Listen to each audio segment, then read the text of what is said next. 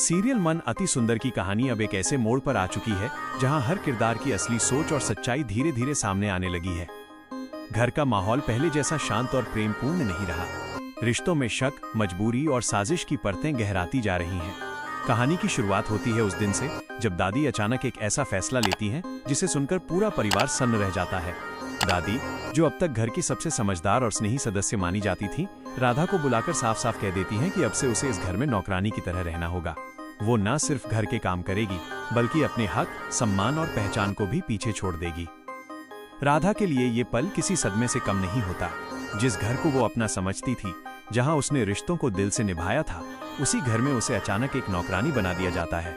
उसकी आंखों में आंसू होते हैं लेकिन वह कुछ कह नहीं पाती। दादी की हालत को देखते हुए वो चुप रहना ही बेहतर समझती है। उधर दादी का अगला फैसला और भी चौंकाने वाला होता है। वो पूरे परिवार के सामने निहारिका को बुलाती हैं और कहती हैं, निहारिका, अब तुम इस घर की बहू हो। ये साड़ी लो, अच्छे से पहनो और राजवाड़ा की तरह इस घर में रहो। ये सुनते ही पूरा परिवार स्तब्ध रह जाता है। कोई सोच भी नहीं सकता था कि जो निहारिका अभी तक इस घर में मेहमान बनकर आई थी, उसे अचानक घर की बहुरानी घोषित कर दिया जाएगा। राधा ये सब चुपचाप देखती रहती है।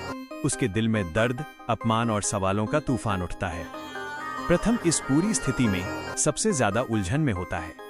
वो राधा से बेहद जुड़ा हुआ है और उसके साथ हो रहे इस अन्याय को सहन नहीं कर पा रहा। लेकिन वो ये भी जानता है कि दादी की मानसिक स्थिति इस समय ठीक नहीं है। डॉक्टर साफ कह चुके हैं कि दादी पर किसी भी तरह का दबाव डालना उनकी तबीयत को और बिगाड़ सकता है। यही वजह है कि प्रथम चाहकर भी खुलकर राधा का समर्थन नहीं कर पाता। वो अंदर ही अंदर टूट रहा होता है। उसे समझ नहीं आ रहा कि वो क्या करे, दादी की बात माने या राधा के सम्मान के लिए आवाज उठाए। यह द्वंद्व उसे हर पल परेशान करता रहता है। राधा भी इस हालात से पूरी तरह टूट चुकी होती है। वो जानती है कि जब तक दादी की तबीयत ठीक नहीं होती, तब तक उसे उनकी हर बात माननी पड़ेगी। वो मजबूरी में दादी के आदेशों का पालन करती है, घर के काम करती है, खुद को छोटा महसूस करती है और हर दिन अपने आत्मसम्मान को कुचलते हुए देखती है। लेकिन राधा कमजोर नहीं है। वो हालात को समझने और परखने की कोशिश करती है। धीरे धीरे उसे महसूस होने लगता है कि दादी इस स्थिति का फायदा उठा रही हैं। उनके फैसलों में एक अजीब सी स्पष्टता है जो किसी मानसिक असंतुलन की ओर इशारा नहीं करती। उधर रजनी और ओमकार भी इस पूरे मामले में कुछ नहीं कर पाते। डॉक्टर की चेतावनी उनके कानों में गूंजती रहती है। दादी की मानसिक हालत अभी स्थिर नहीं है। उन्हें जबरदस्ती या तनाव देना खतरनाक हो सकता है। इसी वजह से पूरा परिवार चुप्पी साध लेता है। कोई भी खुलकर दादी के फैसलों का विरोध नहीं करता, चाहे वो कितना ही गलत क्यों ना हो। इस बीच दादी एक और बड़ा फैसला सुनाती है। वो जबरदस्ती प्रथम और निहारिका की शादी करवाने की बात कह देती हैं। यह सुनकर प्रथम पूरी तरह टूट जाता है। वह कुछ भी कह पाने की स्थिति में नहीं रहता। मजबूरी में वो चुप रहता है, जबकि उसका दिल राधा के लिए तड़प रहा होता है। राधा अब समझने लगती है कि उसके साथ जो कुछ भी हो रहा है वो सिर्फ इत्तेफाक नहीं है। उसे याद आता है वो हादसा जब अचानक एक बड़ा पत्थर उसके सामने आ गया था और वो सड़क पर काम कर रहे डंपर में फंस गई थी। उस वक्त वो बाल बाल बची थी। अब राधा को यकीन होने लगता है कि यह कोई साधारण दुर्घटना नहीं थी। इसके पीछे किसी की साजिश थी और उस साजिश का नाम है निहारिका। राधा सोचती है कि निहारिका जितनी सीधी और भोली दिखती है, असल में उतनी ही चालाक और खतरनाक है। वो धीरे धीरे पूरे घर पर अपना कब्जा जमाने की कोशिश कर रही है। और सबसे चौंकाने वाली बात यह है कि दादी भी कहीं न कहीं उसका साथ दे रही हैं। राधा को अब साफ दिखने लगता है कि दादी उसे पसंद नहीं करती और निहारिका को इस घर की बहू बनाने के लिए हर हद तक जाने को तैयार हैं।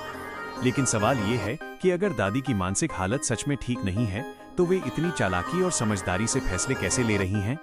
यही सवाल राधा को अंदर से झकझोर देता है। वह तय करती है कि अब चुप रहने का समय खत्म हो चुका है। अगर वो अब भी खामोश रही तो न सिर्फ उसका जीवन बर्बाद हो जाएगा, बल्कि निहारिका हमेशा के लिए इस घर की मालकिन बन जाएगी। राधा ठान लेती है कि उसे सच्चाई सामने लानी ही होगी। दादी और निहारिका की इस साजिश का पर्दाफाश करना अब जरूरी हो गया है। वो सबूत इकट्ठा करने की योजना बनाने लगती है। हर छोटी बड़ी बात पर नजर रखने लगती है। उसे पता है कि ये लड़ाई आसान नहीं होगी। सामने सिर्फ निहारिका नहीं, बल्कि घर की सबसे ताकतवर सदस्य दादी भी हैं।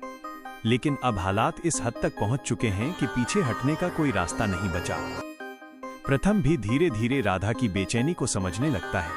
वो भले ही खुलकर कुछ न कह पाए, लेकिन उसका मन राधा के साथ है। वो भी महसूस करने लगा है कि इस घर में कुछ बहुत गलत हो रहा है। आने वाले समय में यह कहानी और भी रोमांचक होने वाली है।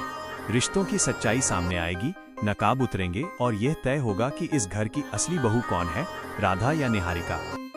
अब देखना यह है कि क्या राधा अपनी समझदारी और हिम्मत से इस साजिश को बेनकाब कर पाएगी या फिर निहारिका अपने खेल में कामयाब हो जाएगी। आगे क्या होगा, ये जानने के लिए जुड़े रहिए, क्योंकि मन अति सुंदर की कहानी अब अपने सबसे दिलचस्प मोड़ पर है। वीडियो को लाइक नहीं की तो लाइक करो।